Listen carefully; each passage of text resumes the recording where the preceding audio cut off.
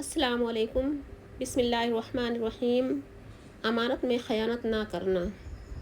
میری عزیز بہنوں، امانت پرائی چیز کو کہتے ہیں جو تمہیں سپرد کی گئی ہو، چاہے وہ کوئی مال یا سامان ہو یا کوئی بھید کی بات ہو۔ امانت کے بارے میں اسلام کا حکم یہ ہے کہ جب کسی نے تم کو بھروسہ کے قابل سمجھ کر اپنی کوئی چیز سپرد کی تو تمہیں چاہیے کہ اس کی حفاظت کرو اور اس کی چیز اسی کو واپس پہنچا دو، اور اگر اس کو نہ پہنچا سکو تو خوب حفاظت سے اپنے ہی پاس رکھو۔ اگر تم نے ایسا نہ کیا تو یہ تمہاری طرف سے امانت میں خیانت ہوگی اور تمہیں اللہ تعالیٰ کے سامنے اس کا جواب دینا ہوگا۔ میری عزیز بہنوں، خوب یاد رکھو، مومن کی فطرت میں ہر عادت کی گنجائش ہے مگر خیانت اور جھوٹ کی گنجائش نہیں ہے۔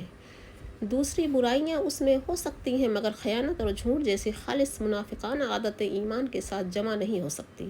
حدیث شریف میں ہے کہ جس میں امانت نہیں اس میں ایمان نہیں، اور مومن جھوٹ بولنے کا عادی نہیں ہو سکتا۔ حدیث رسول اللہ صلی اللہ علیہ وسلم نے ارشاد فرمایا کہ منافق کی 3 نشانیاں ہیں: جب بات کرے تو جھوٹ بولے، وعدہ کرے تو اس کو پورا نہ کرے، اور جب اس کو کوئی امانت سپرد کی جائے تو خیانت کرے۔ مطلب یہ ہے کہ جھوٹ، خیانت اور وعدہ خلافی منافقوں کے اخلاق ہیں، یعنی جس شخص میں یہ برائی عادتیں موجود ہوں وہ چاہے عقیدہ کا منافق نہ ہو لیکن عمل اور سیرت میں منافق ہی ہے، چاہے وہ نماز پڑھتا ہو، روزہ رکھتا ہو اور اپنے کو مسلمان کہتا اور سمجھتا ہو۔ حدیث نبی کریم صلی اللہ علیہ وسلم کا ارشاد ہے کہ جو شخص چاہتا ہے کہ اسے اللہ پاک اور رسول اللہ صلی اللہ علیہ وسلم سے محبت ہو یا اللہ تعالیٰ اور رسول اللہ صلی اللہ علیہ وسلم اس سے محبت کرے تو اسے چاہیے کہ جب بھی بات کرے ہمیشہ سچ بولے، اور جب کوئی امانت اسے سپرد کی جائے تو اس میں خیانت کیے بغیر واپس پہنچا دے، اور جس کے پڑوس میں رہ رہا ہو اس کے ساتھ بہت بہتر سلوک کرے۔ میری عزیز بہنوں، رسول اللہ صلی اللہ علیہ وسلم کا ارشاد ہے کہ یہ بہت بڑی خیانت ہے کہ تم اپنے بھائی سے کوئی بات جھوٹی بیان کرو اور تم کو اس بیان میں سچا سمجھتا ہو۔ مطلب یہ ہے کہ جھوٹ اگرچہ خود بھاری گناہ ہے مگر جب کوئی شخص تم پر بھروسہ کرے اور تم کو بالکل سچا سمجھے اور تم اس کے حسن و ظن سے ناجائز فائدہ اٹھا کر اس سے جھوٹ بولو اور اس کو دھوکہ دو تو اب یہ جھوٹ خیانت بن جائے گا، اور خیانت بھی بہت بڑی، لہٰذا ایسا کرنے سے بچنا چاہیے۔ حدیث رسول اللہ صلی اللہ علیہ وسلم نے ارشاد فرمایا کہ جب کوئی شخص اپنی کوئی بات کہے پھر ادھر ادھر دیکھے تو وہ امانت ہے۔ مطلب یہ ہے کہ اگر کوئی شخص تم سے کوئی بات کہے اور وہ تم سے یہ نہ کہے کہ اس کو بھید رکھنا، مگر اس کے کسی انداز سے تمہیں محسوس ہو کہ وہ یہ نہیں چاہتا کہ اس کی یہ بات عام ہو، تو تم اس بات کو امانت سمجھو اور امانت کی طرح اس کی حفاظت کرو۔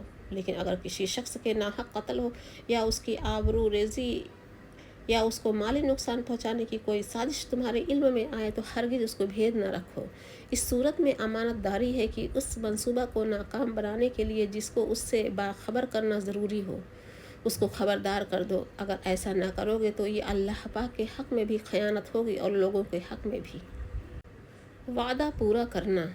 اگر کسی کو کچھ دینے کا یا اس کے ساتھ کوئی سلوک کرنے کا یا اسی طرح کا کوئی اور وعدہ کرو تو اس کو اپنے اوپر قرض سمجھو اور اس کو پورا کرنے کی فکر کرو۔ نبی کریم صلی اللہ علیہ وسلم کا ارشاد ہے کہ وعدہ بھی ایک طرح کا قرض ہے، بس اس کو ادا کرنا چاہیے، یعنی وعدہ پورا کرنا چاہیے۔ لیکن اگر کسی برے کام میں ساتھ دینے کا یا کسی ایسے کام کے کرنے کا وعدہ کیا جائے جو جائز نہیں ہے یا جس کام سے کسی دوسرے کا نقصان ہوتا ہو تو اس وعدہ کا پورا کرنا ضروری نہیں ہے بلکہ اس وعدہ کے خلاف کرنا ضروری ہے، اور اس وعدہ خلافی میں کوئی گناہ نہ ہوگا بلکہ شریعت کے پیروی کا ثواب ملے گا۔ اسلامی اخلاق۔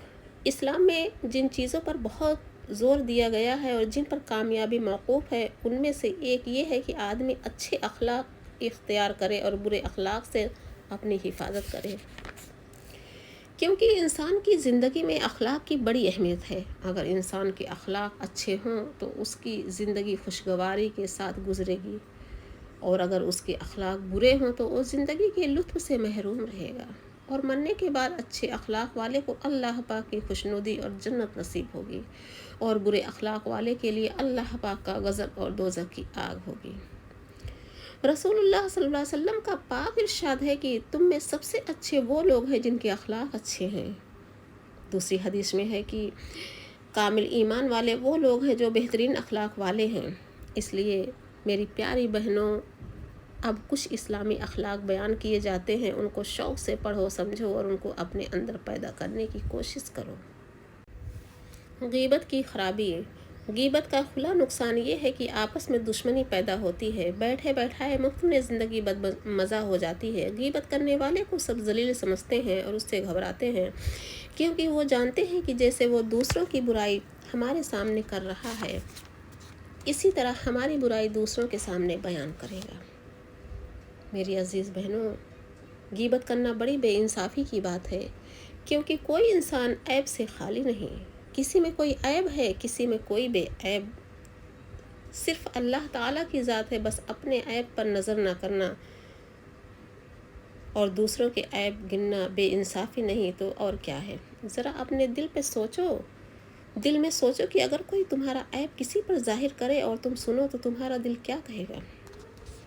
غیبت ایک طرح کی چوری ہے۔ غیبت کرنے والے کو کبھی اطمینان نصیب نہیں ہوتا، کیونکہ وہ جانتا ہے کہ اگر یہ معلوم ہو گیا کہ میں نے ایسی بات کہی تھی تو مصیبت آ جائے گی۔ عقل مندوں نے کہا ہے کہ ایسے شخص سے دوستی مت کرو جسے غیبت کی عادت ہوئے۔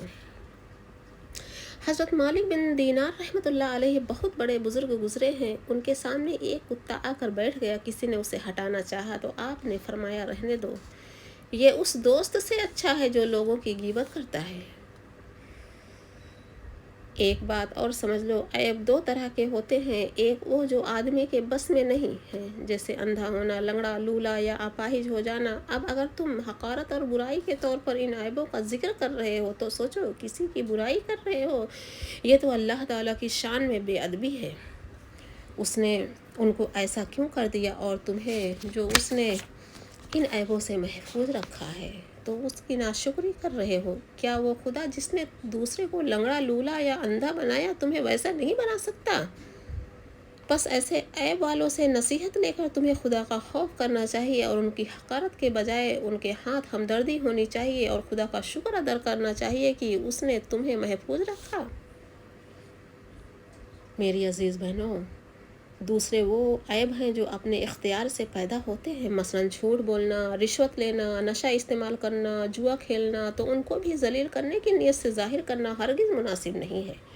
ہاں، ہمدردی کے طور پر تنہائی میں سمجھاؤ، اور وہ بھی اس طرح کہ تمہارے سمجھانے سے اسے ضد نہ پیدا ہو، مان لے تو خیر، ورنہ وہ جانے اور اس کا خدا۔ تم اپنے عیبوں کی خبر لو اور اپنی حالت سدھارو۔ دوسرے کا بڑے سے بڑا عیب بھی تمہیں نقصان نہیں پہنچا سکتا۔ ہاں، تمہارا ذرا سا عیب بھی تمہارے نقصان کے لیے بہت کافی ہے۔ اللہ تعالیٰ نے قرآن شریف میں غیبت کی مثال ایسی دی ہے، گویا تم اپنے مردہ بھائی کا گوشت کھا رہے ہو جس کے خیال سے بھی گھن آتا ہے، بس ایسے ہی تمہیں غیبت کے خیال سے بھی گھن کرنا چاہیے۔ میری عزیز بہنوں، رسول خدا صلی اللہ علیہ وسلم جب معراج میں تشریف لے گئے تو آپ صلی اللہ علیہ وسلم نے کچھ لوگوں کو دیکھا کہ ان کے ناخن تانبے کے ہیں اور وہ ان سے اپنے چہروں اور سینوں کو کھرچ رہے ہیں۔ آپ صلی اللہ علیہ وسلم نے حضرت جبریل علیہ السلام سے پوچھا، یہ کون لوگ ہیں؟ حضرت جبریل علیہ السلام نے عرض کیا، حضور پاک صلی اللہ علیہ وسلم، یہ وہ لوگ ہیں جو دنیا میں لوگوں کا گوشت کھاتے تھے اور ان کی عزت برباد کرتے تھے، یعنی غیبت کیا کرتے تھے۔ حضرت صلی اللہ علیہ وسلم نے فرمایا، آگ جو اثر سوکھی گھاس میں کرتی ہے اس سے زیادہ غیبت کرنے والے کی نیکیوں میں غیبت اثر کرتی ہے، یعنی اس کی نیکیوں کو برباد کر دیتی ہے۔ میری عزیز بہنوں، یہ بھی یاد رکھو کہ جس طرح مسلمان کی غیبت حرام ہے، ایسے ہی غیر مسلم کی غیبت بھی منع ہے۔ چغلی، غیبت کی طرح چغلی بھی بہت خراب چیز ہے اور ایسا ذلیل گناہ ہے کہ اس سے خاندان تباہ ہو جاتے ہیں، ملک برباد ہو جاتے ہیں۔ چغلی کھانے والا جھوٹی سچی باتیں بنا کر ایک دوسرے کے خلاف بھڑکاتا ہے، یہاں تک کہ آپس کے تعلقات ختم ہو جاتے ہیں اور لڑائی کی نوبت آ جاتی ہے۔ ایک چغل خور نوکر کا قصہ مشہور ہے کہ جب ایک شخص نے اس کو اپنے یہاں نوکر رکھا تو نوکر بہت ادب سے عرض کیا، سرکار، میرے اندر سب خوبیاں ہیں مگر ایک خرابی بھی ہے، اس کی پہلے معافی مانگ لیتا ہوں، اور وہ خرابی یہ ہے کہ مجھے چغلی کا مرض ہے، بہت بچنا چاہتا ہوں کہ چغلی نہ کروں مگر چغلی کر ہی بیٹھتا ہوں۔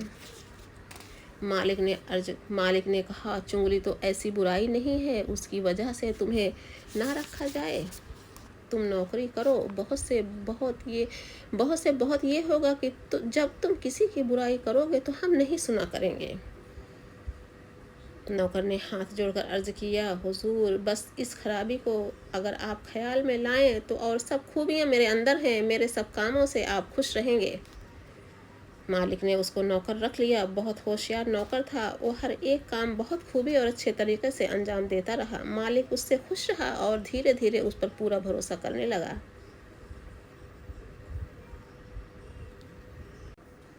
ایک روز یہ نوکر پہنچا اور منہ بنا کر چپ چاپ مالک کے پاس بیٹھ گیا۔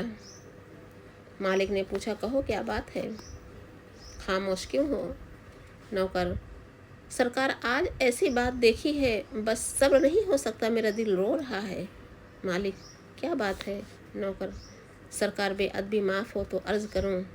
مالک کہو ضرور کہو، جب تم میری بھلائی کی بات کرو گے تو اس میں گستاخی کیا ہوگی بلکہ تمہاری اور قدر بڑھے گی۔